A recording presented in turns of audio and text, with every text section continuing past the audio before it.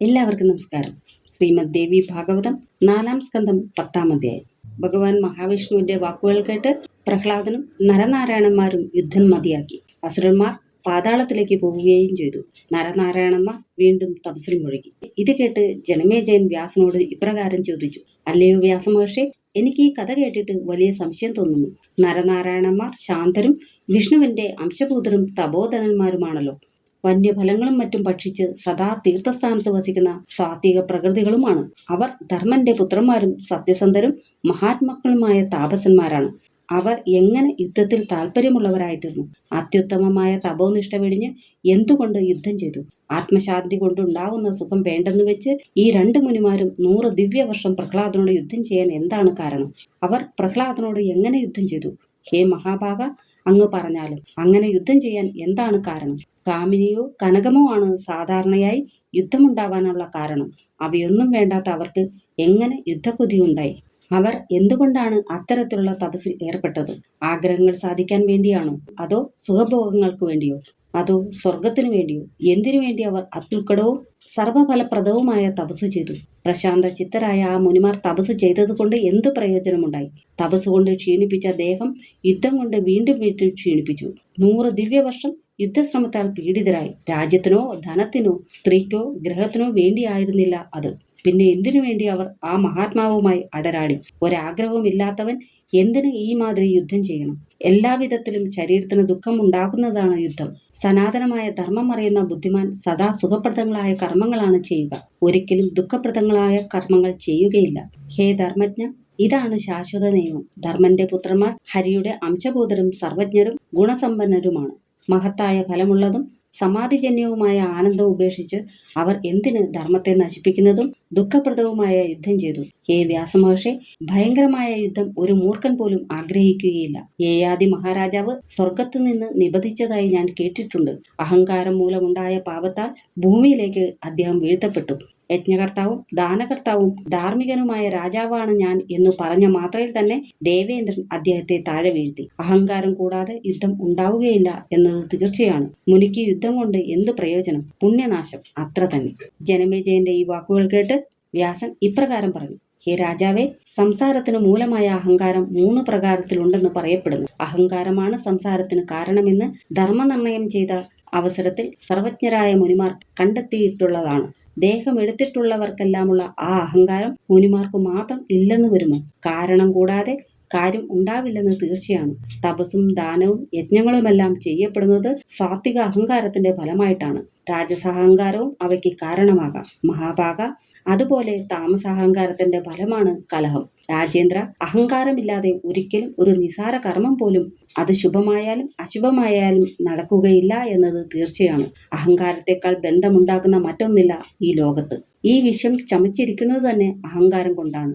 അപ്പോൾ ആ ബന്ധനം ഈ വിശ്വത്തിനും ഇല്ലാതെ വരുമോ? ബ്രഹ്മാവും രുദ്രനും വിഷ്ണുവും എല്ലാം തന്നെ അഹങ്കാരത്തോടു കൂടിയവരാണ്. രാജാവേ, അപ്പോൾ മറ്റു മുനിമാരുടെ കാര്യം എന്തായിരിക്കും? ചരാചരാത്മകമായ ഈ ലോകം അഹങ്കാരം കൊണ്ട് മൂടി ചുറ്റിക്കറങ്ങുന്നു. വീണ്ടും ജനിക്കുക, വീണ്ടും മരിക്കുക, അതാണ് ഭ്രമണമെന്ന് പറയുന്നത്.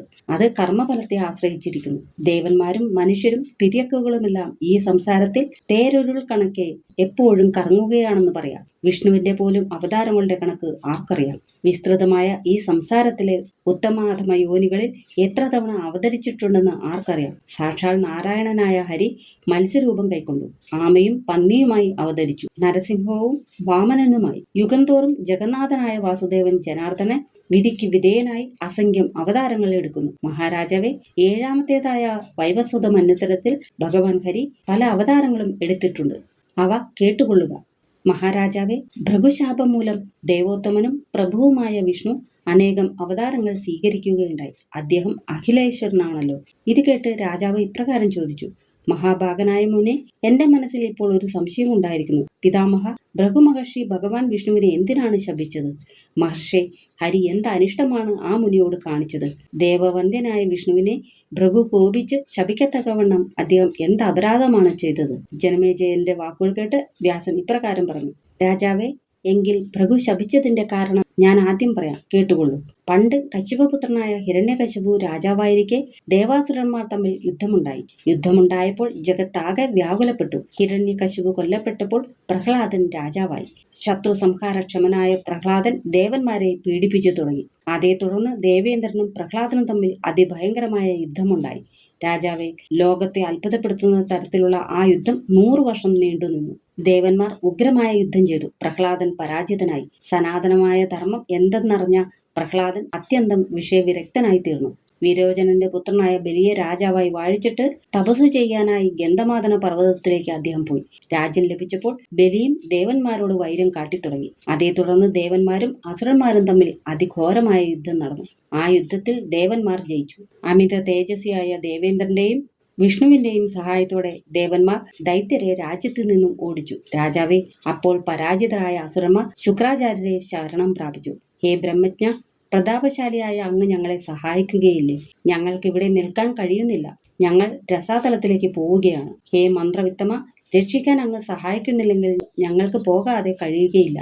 കാരുണ്യകനായ ശുക്രമുനി അത് കേട്ടപ്പോൾ ദൈത്യന്മാരോട് പറഞ്ഞു, ഹേ ദൈത്യന്മാരെ, നിങ്ങൾ ഭയപ്പെടേണ്ട. എന്റെ തേജസ് കൊണ്ട് ഞാൻ നിങ്ങളെ കാത്തുകൊള്ളാം. മന്ത്രങ്ങൾ കൊണ്ടും അതുപോലെ ഔഷധങ്ങൾ കൊണ്ടും നിങ്ങൾക്ക് സദാ സഹായം ഞാൻ ചെയ്യുന്നുണ്ട്. നിങ്ങൾ ഭീതി വെടിഞ്ഞ് ഉത്സാഹഭരിതരായിരിക്കും. അതിൽ പിന്നെ ശുക്രന്റെ സംരക്ഷണയാൽ ദൈത്യന്മാർ നിർഭയരായി തീർന്നു. ദേവന്മാർ വൃത്താന്തമെല്ലാം ചാരന്മാർ മുഖേന അറിഞ്ഞു. ആ ദേവന്മാർ ദേവേന്ദ്രനുമായി കൂടി ആലോചിച്ചു. അത്യന്തം ഭയപ്പെട്ട ദേവന്മാർ ആലോചിച്ചു, ശുക്രാചാര്യരുടെ മന്ത്രശക്തിയാൽ സ്ഥാനഭ്രംശം ഉണ്ടാവുന്നതിന് മുമ്പായി വേഗം അവരോട് യുദ്ധം ചെയ്യാൻ പോകാം. യുദ്ധത്തിൽ അവരെ ബലമായി സംഹരിച്ചിട്ട് അവശേഷിക്കുന്നവരെ പാതാളത്തിലേക്ക് പായിക്കാം. അങ്ങനെ ആലോചിച്ച് ദേവന്മാർ കോപത്തോടെ ദൈത്യന്മാരെ സമീപിച്ചു. ദേവേന്ദ്രന്റെ പ്രേരണപ്രകാരം ദേവന്മാർ വിഷ്ണുവിനോടുകൂടി ദൈത്യന്മാരെ നിഹനിച്ചു തുടങ്ങി. അപ്പോൾ ഭയന്നു വിറച്ച് ദൈത്യന്മാർ രക്ഷിക്കണേ എന്നു പറഞ്ഞുകൊണ്ട് ശുക്രാചാര്യരെ ശരണം പ്രാപിച്ചു. ദേവന്മാർ മഹാശക്തന്മാരായ ദൈത്യന്മാരെ പീഡിപ്പിക്കുന്നതായി കണ്ട ശുക്രാചാര്യർ ഭയപ്പെടേണ്ട എന്നു പറഞ്ഞ് ആശ്വസിപ്പിച്ചു. അതിനു തക്ക മന്ത്രൌഷധബലം അദ്ദേഹത്തിനുണ്ടായിരുന്നു. ശുക്രാചാര്യരെ കണ്ട് ദേവന്മാർ എല്ലാവരും അസുരന്മാരെ വിട്ട് പിന്തിരിഞ്ഞോടി. ഇതി ശ്രീമദ് ദേവി ഭാഗവതം 4-ാം സ്കന്ധം 10-ാം അധ്യായം സമാപ്തം. ഓം ശ്രീ മഹാദേവിയേ നമഃ. എല്ലാവർക്കും സാക്ഷാൽ ജഗദംബയുടെ അനുഗ്രഹം സദാ ഉണ്ടാകട്ടെ എന്ന് പ്രാർത്ഥിച്ചുകൊണ്ട്